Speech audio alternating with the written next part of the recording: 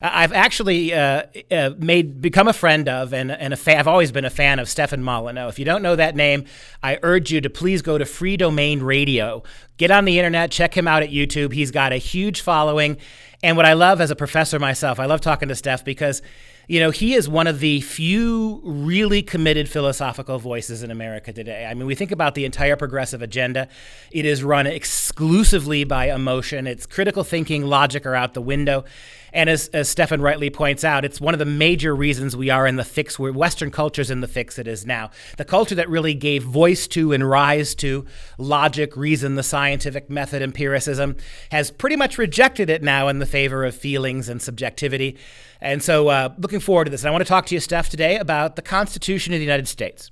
And I want to start with something you know very well. We've experienced a little bit of censorship ourselves over at Freedom Project, but you've experienced a lot, not just here, but overseas.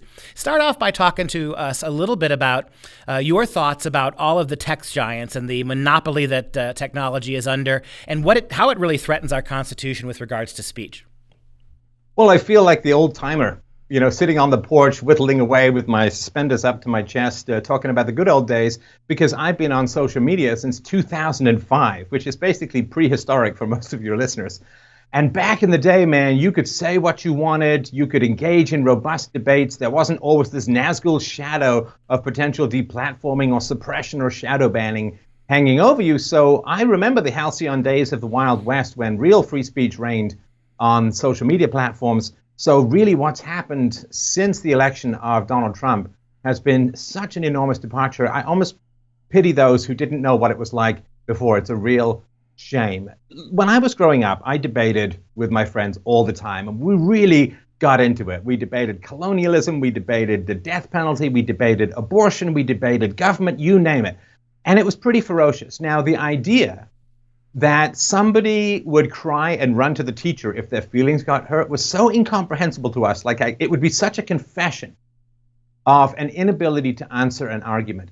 And what is censorship other than running to the teacher saying, make this person shut up because I cannot answer the argument? And it is a terrible anti-civilizational aspect of the modern world. The modern world exists because thinking people challenged all of the preconceptions of physics, of biology, even aspects of theology. They questioned and opposed those and had some limited freedom to do so. So everything that we treasure and benefit in the modern world is the result of challenging existing ideas. And now the mad narcissistic vanity, primarily of the modern left, has swollen to the point where they think they're at the end of history, that they have the answers for everything, and anyone who questions those answers or opposes those suppositions is a far-right, white supremacist, Nazi, national, but whatever it is, right? And that is really a great tragedy. It takes a very smart person to recognize the value of free speech, and I'm not sure we have smart people in charge at the moment. No, I think you're right. I grew up exactly like you did, by the way, fighting with everybody, arguing all the time.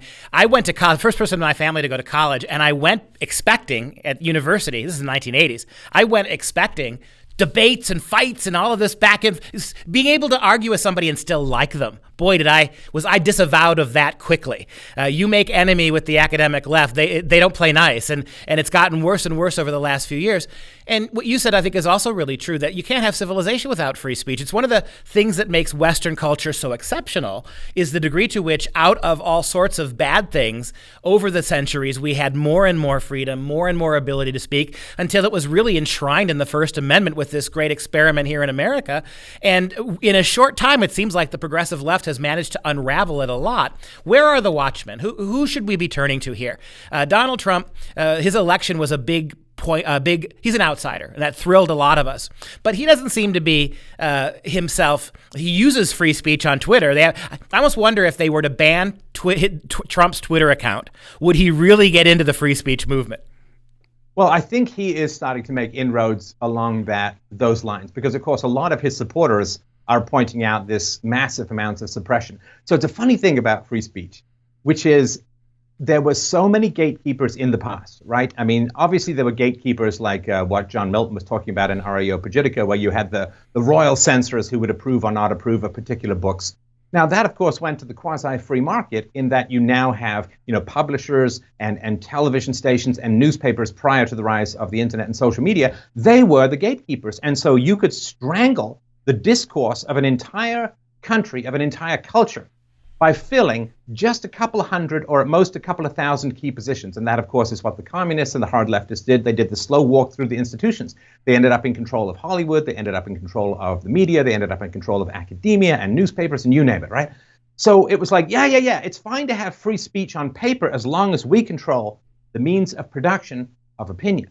But then, of course, the internet came along and the gatekeepers got sidestepped. And you and I and millions of other people could speak truth directly to an audience without the need to placate advertisers, without the need to go through an editorial board, just straight conversation.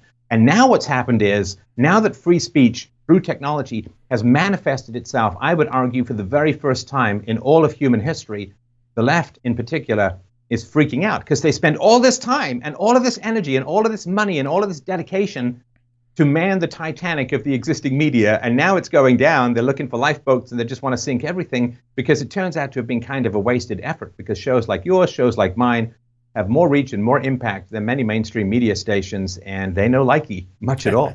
Let me ask you, because this is the big crux of it for me. As non-progressives, we recognize that private property, private ownership is a big deal. It's maybe second or third behind free speech as a civilization building force. And so the big tech companies, all directed by radical progressive lefties, they own their own companies, they built them, and yet they're using those companies to silence those of us who use their platforms. How do we navigate that, Steph? What's the answer between, are we all conservative hypocrites now? Because on the one hand, we want free ownership. We want that cake baker to be able to bake or not bake a cake, but we're now pushing back against the tech giants because they're not letting us have our voice. How would you answer that? No, I don't agree with that. Because looking at private property is overleaping the big elephant in the room, which is contract. Right. So when you sign up for social media companies and you read the end user terms of agreement, nothing in there says, by the way, if you criticize socialism, communism, the Democrats, the left, or blah, blah, blah, blah, blah, you're going to get this, and this applied to you. Right. That's not. Nobody says there, well, you can be a black nationalist or a Jewish nationalist, totally fine. But if you're a white nationalist, that's evil. And we're going to ban. Like all of these, like it's not explicit. That's the problem. It's an implicit contract, which is not a valid contract. So nobody is asking the social media companies to turn their means of production over to one group or another. All I'm asking them to do is fulfill two things. Number one, to fulfill the end user terms of agreement, which says, if you're not abusive, if you're not inciting violence, blah, blah, blah, blah, blah, then you're free to say what you want. Right? That's what they say, and I expect them to stick by that, because it's sort of like if you lease a land for 50 years and then you build a mall, and then a year after you build the mall, the guy says, "No, I'm ripping up that 50-year contract and I'm taking your mall." You'd be like, "No, we have a contract. You can't do that." It's the same thing. That's number one. Number two, and this is really, really essential in American law, the social media companies have to be platforms, not publishers. That's the only way that they escape liability for the content of what is posted on their sites. They have to remain neutral. And if they're not able to remain neutral, then they go from websites, in a sense, to publishers. They go from platforms to publishers, which means they are then liable for the content of what is put on their site. It's like, this is why Rolling Stone, the magazine, got sued for the coverage of the rape situation, and why Facebook could never be sued for that. So given that they enjoy the protection for the content of their sites only based upon impartiality in the ideological sphere, they must maintain that. That is the commitment that they have under American law. The end user commitment is to remain neutral, and that's all I think people are asking for, is a fulfillment of contract, which is pure capitalism. We've got about 30 seconds left in this segment, but comment quickly at the end of it. Do you think they've crossed the line to publishers? That seems to be what they're doing. They're acting as if publishers and hiding behind the idea that they're not. There does seem to be evidence, and of course James O'Keefe's Project Veritas is getting a lot of whistleblowers coming out from big tech companies. I would like to see a thorough investigation. I would like to see third parties, neutral third parties, review the source code to look for bias, and that should be determined through that process. Yeah, I agree 100%. And the idea that the false dichotomy with the cake baker, you're asking a cake baker to express language that he doesn't agree with. So I don't see that as a contradiction either. I think it makes perfect sense based on what we've said. And there is no way that you could argue one is not the other. So in the second segment we're going to do here, we're going to pick this up a little bit further with regards to immigration.